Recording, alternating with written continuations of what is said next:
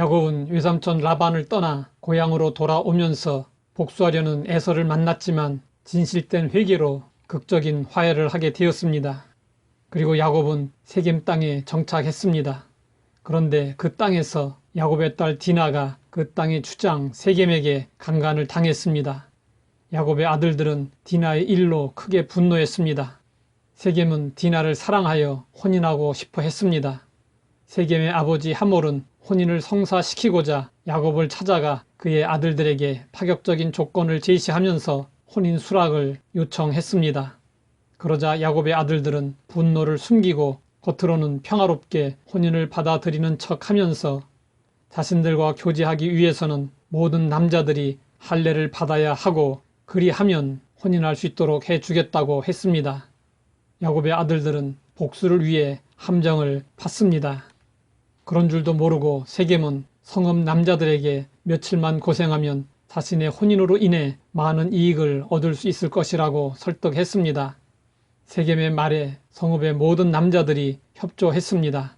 할례 후 3일이 되어 아파서 꼼짝을 하지 못할 때 야곱의 아들 시므온과 레위는 기습작전을 감행하여 성읍의 모든 남자들을 죽였습니다. 야곱의 다른 아들들도 성읍으로 가서 가축과 재물을 노략할 뿐 아니라 그들의 자녀와 아내를 사로잡았습니다. 여동생 디나의 사건은 분명 야곱의 아들들의 자존심을 자극하는 일이었습니다. 그들의 복수는 명분을 가지고 있었지만 보복의 정도가 너무나도 크고 잔인했습니다. 한 사람의 죄 때문에 성읍의 모든 남자들을 몰살시키고 노략한 일은 패륜적인 행위였습니다. 이러한 일이 하나님의 약속을 이어받은 집안에서 일어났다는 사실은 충격 그 자체였습니다. 더구나 야곱의 아들들은 할례를 하나님의 거룩한 백성의 표식이 아니라 세겜 사람들을 속이고 죽이기 위한 수단으로 사용했습니다. 야곱은 아들들이 한 일을 알고 다시 복수를 당할 수 있다는 두려움에 떨었습니다. 피는 피로 갚아주는 것이 당시의 사회적 풍습이었습니다. 가나안 족속들이 야곱의 아들들이 벌인 이 사건에 대해 가만히 있을 리 없었습니다.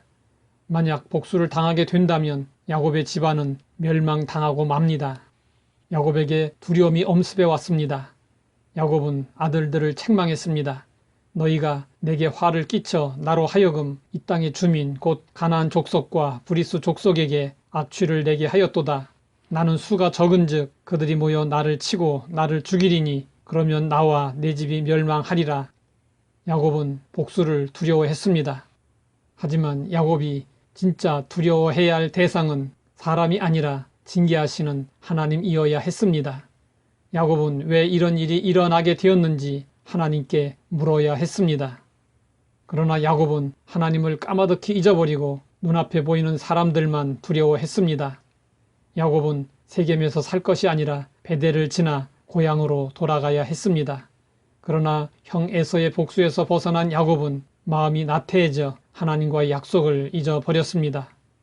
하나님께 약속을 받고 하나님을 대면한 자도 신앙의 안일에 빠질 수 있다는 사실을 우리는 잊지 말아야 합니다.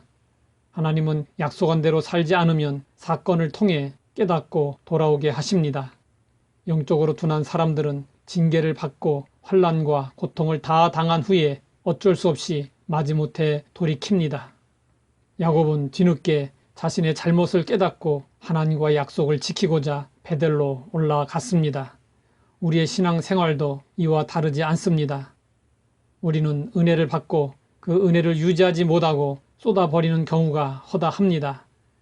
이렇게 신앙생활을 하면 힘이 듭니다.